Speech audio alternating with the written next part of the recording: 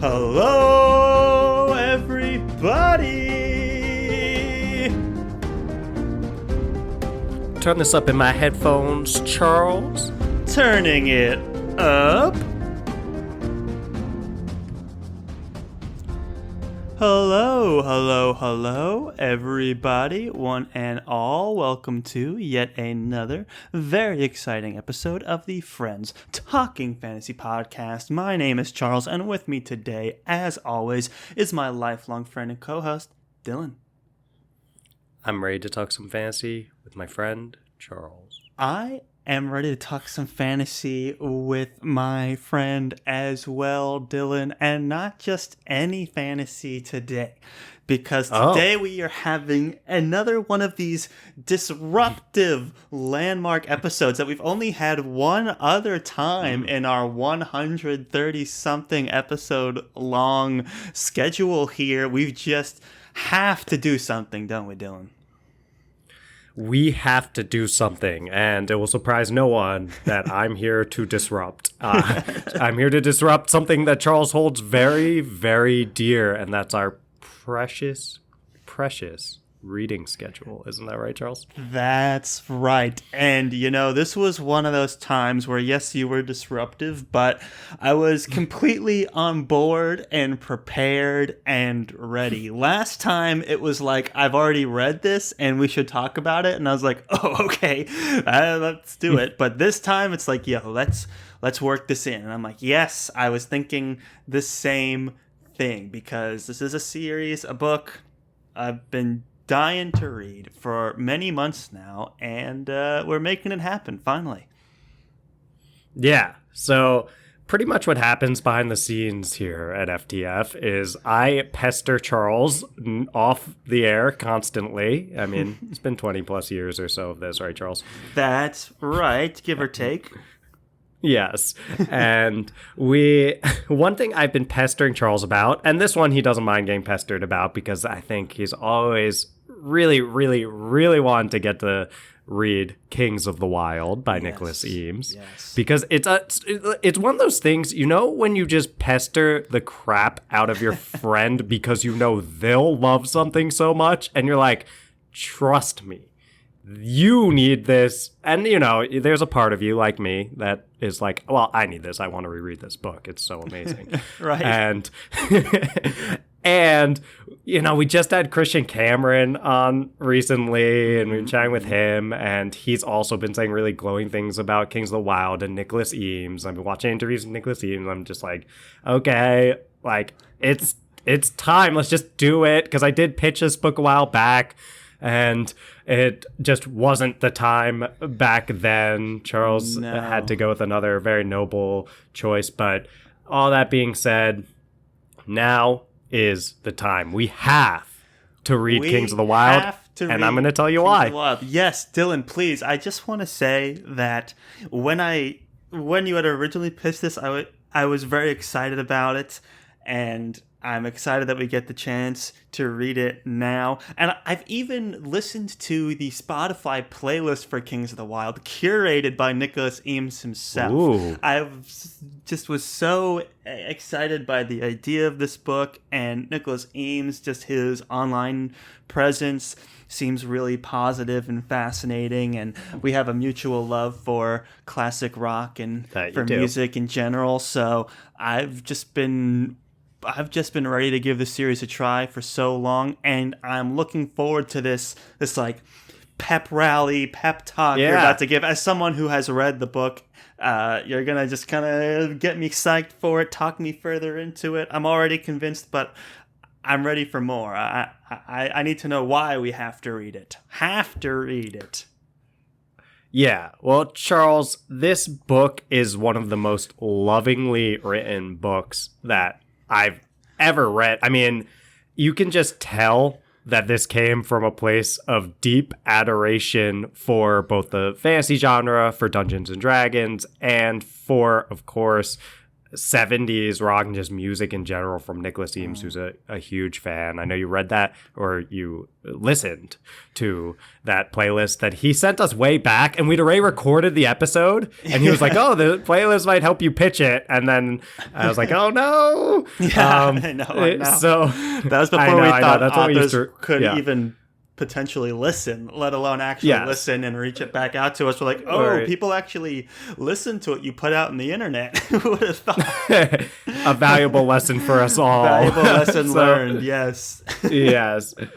So we're ready to put something out on the internet that we're very proud of, which is me talking about. So I have this whole pitch thing that back in the good old days when I was super nervous about FTF, I was writing stuff down. I dug it up, so I'm not going to read my whole written thing, but I'm going to draw from it some. And some of what I found when I was researching it was that the creation story of this book starts with Nicholas Eames having a single thought, Charles.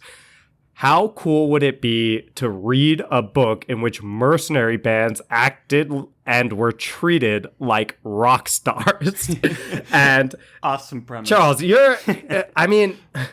so here's where the friends part of Friends Talking Fantasy comes in here, Charles, because the book's so fun. We'll get into all of it, but something that immediately made me think this is the book I'm going to annoy Charles about forever until he reads it is that, Charles, you were in a band called Nostalgia back in the day. You used to play in high school. I went to see you perform. I remember, I remember at the Coffee House Jam in high school when you gave that legendary performance as lead vocals of Dream On by Aerosmith. It was Sweet Emotion, but yes, I do remember that. Come on. I'm glad you corrected me. I cannot sing Dream On. Dude, there's no way I'm hitting those high notes. You don't think you have it? I'm not. Yeah, okay, that you one could is do it, notoriously impossible to sing, but okay. If it was any other song, I would have let it slide, but I don't want people thinking that I can sing that. That's like, and you beautifully sang Bohemian Rhapsody. It's like, no, I didn't do that. You hit all the high notes, Charles. Exactly. I remember it so clearly. I didn't forget the song. Hey, I got the band. That's pretty good. You got the band, and that was great. Yeah, I remember that performance. Yeah, it was fun. And I'm sure you covered some serious 70s music. Your band Nostalgia, named for the fact that you covered all these past songs. Yes, and then when we have Kings of the Wyld, the backdrop of this band analogy that I think you'll appreciate is there's literally hundreds of homages. That's a tough one to get out of my mouth. Hundreds of homages. That's a nice right? tongue twister, yeah. Is it homages? Am I supposed to say homages? It's spelled with an H. Hundreds right? of homages. Homages to the music scene, more than I could ever name here. You can put in the show notes if you want, or if not, I'll just send you the link to this Reddit post that is freaking awesome, where Nicholas Eames, who's so generous with his time and super just kind to everyone on these social media platforms and stuff, he posted so many homages that are in there, and you'll pick up on all of them. You'll pick up on so many more than I picked up on, Charles, and I feel like the world needs to hear you read this book. Yeah. And you need to explain to me all the homages that I missed, because I literally was reading, I was like, I'm sure I get the idea of this, right? I know enough about Aerosmith to name the wrong song that you played, but I'm like, okay, some of this is going over my head. But Charles, if there's anyone besides, of course, Nicholas Eames, who's extremely equipped to explain all this, if there's anyone else who's going to pick up on all of the things that he's doing and see all of the inside jokes in this hilarious, I like to call it humorous yet heartfelt, because it just walks that beautiful, beautiful line where it's like, it comes from such a sweet place. Credit to you with the sweet emotion. There's a lot of sweet emotion in this wonderful, wonderful book. And there's also just so many references, and I pick up on some of them. I'd be like, that's funny. You know, Charles, we went to an Aerosmith concert together, right? We did, that? Yeah, we did. Yeah. many years That was a ago. good time. We were really young, but yeah. Yeah, it was awesome. with your dad. Yeah, that was an young amazing enough time. where we had to have my dad take us. Yes, we caught. Didn't the bass guitarist? I don't know his name. Maybe you do, but he like smack or no, that was from Motley Crue. We're like getting off. It was Motley Crue was the opener. Motley Crue was the Motley Crue first to opened. call them an opener. Yeah, Motley Crue played. I That still was like have Tommy it. Like Lee's if band. you gave me 5 seconds, I could run and grab it and come back. I'm not going to. But So it's the piece of a bass guitar, right, or Yes, something like that. The guy yeah. smashed the bass guitar and threw it, and you Nikki caught it. Sixx, yeah. Oh, like that's so cool. So you Yeah. have this deep history with music, especially from this era that Nicholas Eames adores. And I just feel like I felt this for a while. Like we need you, Charles. We need you in there telling us your thoughts on it. You're going to pick up on so much that went over my head.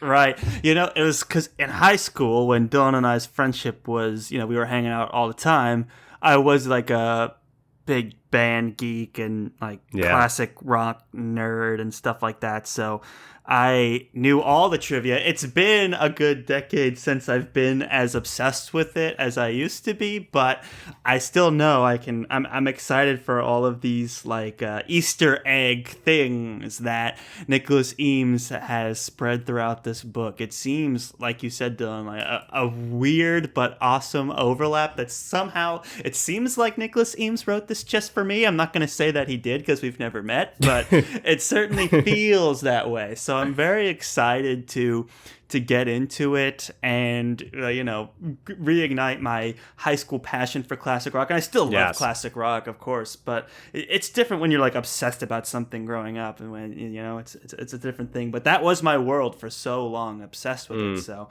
I'm just super excited to. It's got me thinking back on all those times, like you said, of playing in a band and when we went to see those concerts and things like that.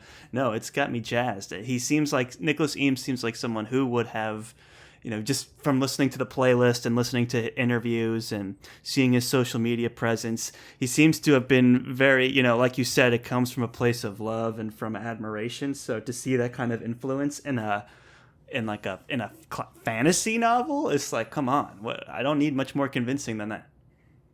Yeah, well, don't worry, because I'm not going to stop trying to convince you, even though you have already said yes, and we're recording an episode to just get my catharsis of excitement out of my system over here.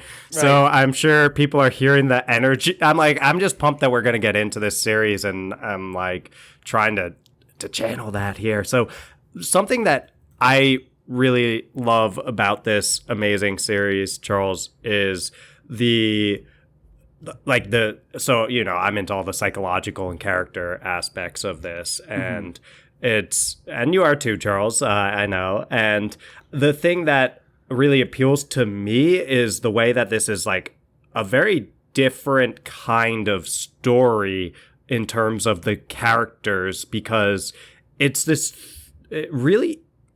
it's like a Dungeons and Dragons band or like mercenary group that is past their prime already at the start of the story.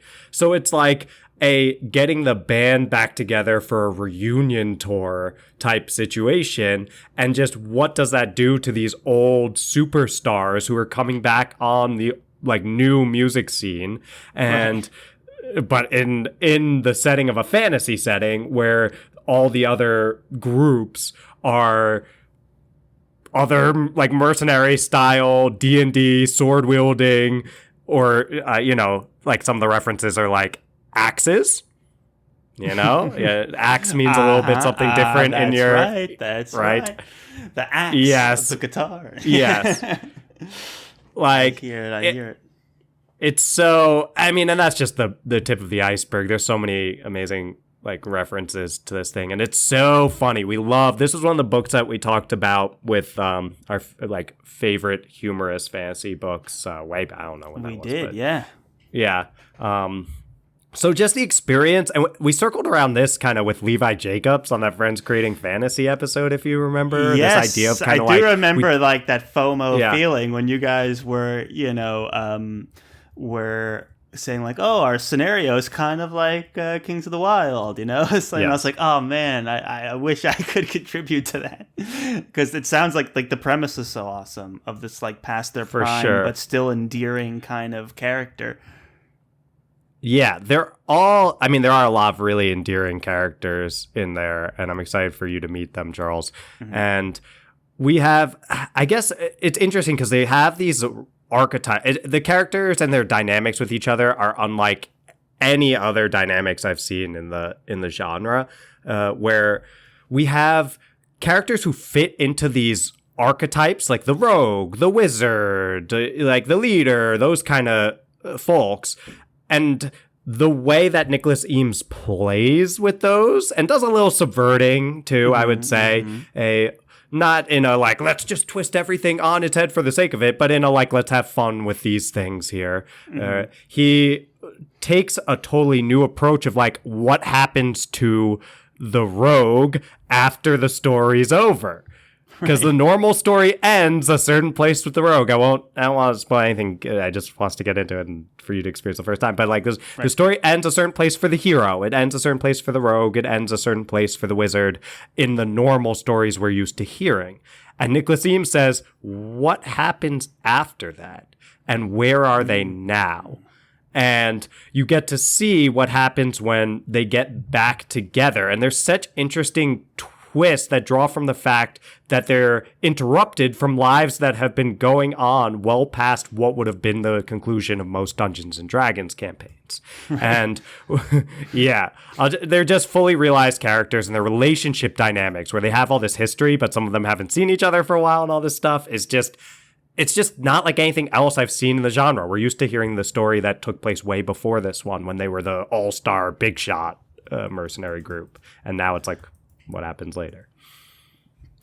That is something that like I was kind of aware that that's what the story was about, but to one, hear your endorsement, and two, get a little more context into like how it fits in terms of like the dabbling in subversion, the dabbling in humor, the dabbling in tropes. It seems, I don't know, it just sounds super interesting to me.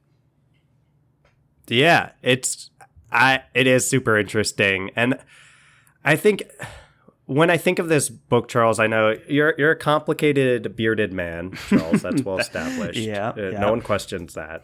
And and you're a deep man who appreciates contradictions and complexity, especially in characters and in settings and books overall. And I know that about you. And this is a book that I've always felt is kind of characterized by those contradictions, because it's a throwback to this old Dungeons and Dragons type setting, replete with monsters taken right out of the monster manual, basically. But it's undeniably modern fantasy in its tone and its dialogue and this fresh getting the band back together take and being funny. Right. And I didn't think I was going to come in and compare Kings of the Wild to the only other book we've done a Why We Have to Read for, which is the Poppy War, because they're very, very different tone. Don't expect them to be the same tone. The Poppy War is very like serious and there's funny moments, but it's taking itself extremely seriously, and it's very cynical, and we've called it grimdark in a lot of ways. Incredible, one of my favorite series of all time. That's Rebecca Kwong's Poppy War. But one thing that we always note about the Poppy War is that modern feeling dialogue, even though some of this some of this does feel like treading some ground that like bringing fantasy elements and magic and things like that. It has this fresh new take where it's like, no, you can just have the characters talk like people. They don't have to all talk like ye old medieval style thing. Right. And it's your world. I always appreciate the Dungeons and Dragons setting with the modern feeling like dialogue and characters is, I love that. It's really cool. That sounds awesome. It's also got that being one of the funniest books that I've ever read in the fantasy genre, maybe the funniest. I'm trying to quote even. And then it also has these ridiculously poignant moments that hit you right in the feels. And I've heard many say that this is a book that made them cry. And Charles, Wow. you know that Oh boy. and Tony the Fong, Yeah. the Fong of Emberlane, as I think it's, I don't want to mess his Twitter handle up, but a great guy over on Twitter. And you know that we have not forgotten about hashtag mission make Charles cry. We've been a little bit quiet on that front, I know. Right. But Charles, it is my duty as your friend to say that Kings of the Wyld might be the book that makes you cry, that succeeds at mission make Charles cry, and we need to give it that opportunity, Charles. We need to give it that shot, and that's part of why we have to read this wonderful book, Kings of the Wyld. Wow. Well, you have me sold, Dylan. I mean, if it makes me cry, that's just a bonus. I think I'm going to laugh. I think I'm going to be, fanboying over the rock and roll Easter eggs. I'm going to have so many, I'm sure, questions or comments for Nicholas Eames. If I could ever get his ear, I would love to ask him some questions. And read some while you're reading, man. Yeah, I bet sure. he didn't. I don't know. I don't want to speak for him, but he's very good. Yeah, from what I've seen at interacting and being kind to his fans. He's an author I wish I had in my reading vocabulary. I definitely feel like it's one of the holes in terms of authors that I haven't read that have come up often enough in conversation and in our recommendation series and things like that. So I'm super happy to have a Nicholas Eames book under my belt. I really can't wait to do that. Yeah, I'm ridiculously pumped, Charles. I'm excited I just as think well. This is, Go ahead. I just think it's going to be one of those books that, like, when we read, there's certain books we read, Charles, and, we always find a way to appreciate and enjoy every book we read here. Mm-hmm. We always try to look for the things we like about it and spotlight those things. We're enthusiasts. We've never tried to be anything but people who, what we were before we started this. People who just really liked reading fantasy novels and then talking about them with their friends. So we've always tried, we still do keep that as the core of this. But sometimes we read it and it just doesn't speak to us as much as some other books do. And then we have these other books that we read them and then we just can't stop talking about them because they're so fresh and unique and just speak to us. And I just feel like Kings of the Wyld is going to be a book like that because it's like fun and fast paced in a lot of ways. Like it does move. It's sub 500 pages, I believe, at least the paperback that I have. And it's just got all these elements that you love so much. And I do too. I do appreciate them. I just know you're going to see so much more than me. And it's got so many elements of that. It's got the psychological stuff that we both appreciate and these like fresh characters. But it's just like, it's such a unique place in fantasy. And it actually got recommended to me first when I was looking for when I was just, I had some guy on, I'm still some guy. When I was on Reddit and just throwing something out there that was like, hey, I want book recommendations for like Joe Abercrombie for me at this point because I was just a huge Joe Abercrombie fan. And people were throwing out there read Kings of the Wyld. And I was like, how is this going to be Joe Abercrombie like? But the humor and the wit is freaking incredible, Charles. You and I like to laugh. That's a big thing that we like to do on this show. And yeah. No, I think we're gonna have a great time. That's actually interesting. That's something that I had forgotten, that it was an Abercrombie connection in terms of the humor. Wow, that has me even more excited because I feel like Abercrombie is, again, you had mentioned this idea of like, there's certain series that we get enthusiastic about or more tailored to our taste, and Abercrombie's one of those authors. First Law is one of those series that we feel tailors to our taste particularly well. And to hear that kind of springboarded you into reading Kings of the Wyld, well, I mean, I was already getting the feeling that this was going to be a bit more tailored to my taste just from the hype I've heard around it and the recommendations that I've gotten from because of it. So yeah, that's an even more of a sell. And you didn't have to go this hard, but here we are. Yeah. Well, when I get that passion going, Charles, it's hard for me. This is like the way to get it out, because it's like, even though I already convinced you, it's like, okay, I still have all this latent energy here, so might as well record a quick podcast episode about it. Right? And there's the whole other side to this, is that we need to record this to let the listeners know that there's going to be a change to the schedule. If you want me to get into that super quickly, I'm happy. I'm sure they're all checking that schedule constantly. I know Red Country is coming. Yes, we both finished it. Yeah, we're going to. Yeah, we want to take that one seriously. So we're taking our time to make sure that we're fully prepared and ready to have that conversation, because I know we're gonna have a lot to say. We have never ever talked about Red Country with each other before, so lots of exciting energy around that one. So of course, guys, whenever we have to read a new series that we weren't planning on, that involves some magical schedule reworking, and I'll keep it really simple here. In the next week, we promise, we've got Red Country ready to go. We also have a really exciting book discussion of Artifact Space, and we will have Christian Cameron, aka Miles Cameron, the author of Artifact Space, on the episode for a spoiler-filled discussion. So we're super excited for that, and that's all going to be happening in the next week or two.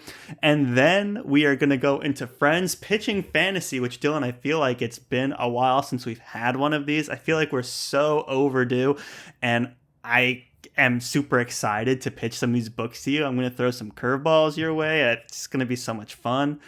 All the series that I'm pitching, I'm just super excited about. So there's no wrong answer. I'm just so pumped.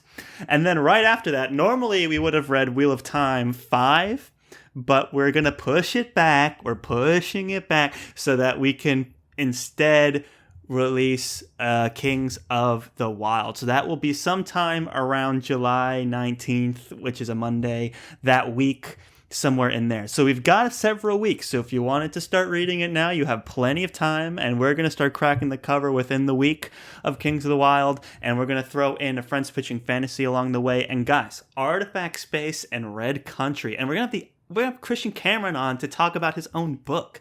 So you're not going to want to miss any of that. You're not going to want to miss Friends Pitching Fantasy. There's going to be some real shenanigans in that one, and you're not going to want to miss when we get right after that. We're going to get right into Kings of the Wyld, guys. It's going to be so much fun, and it's going to be soon. It's so soon.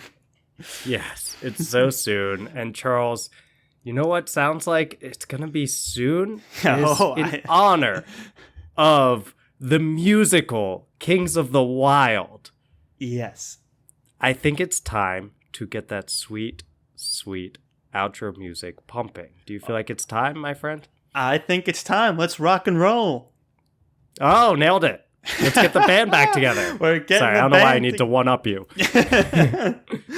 Guys, thank you so much for rocking out with us today on this disruptive episode of why we just simply had to read Kings of the Wyld by Nicholas Eames. If you like what you heard today, if you want to get us pumped even more for this series, reach out to us on social media. That's the best way to get in touch with us. Over on Twitter at the FTF Podcast with a number 1 at the end, and the FTF Podcast on Instagram. Now, Dylan, if they like what they heard today and they want to support the show even further than following us and messaging us on social media, and they just so happen to be listening on Apple Podcasts, what can they do?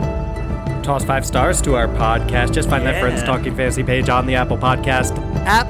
Click the Friends Talking Fantasy page. Scroll down past all those episodes until you start seeing stars. Once you're seeing stars, the optimal number of stars to click in order to support the show would be 5 of them. If you want to go the next step, then writing a review is an amazing thing to do for a podcast like ours, but just listening is more than enough. Thank you so much. Yes, listening. Guys, thank you so much as always for listening. We really appreciate you. And as always, go forth and conquer, friends.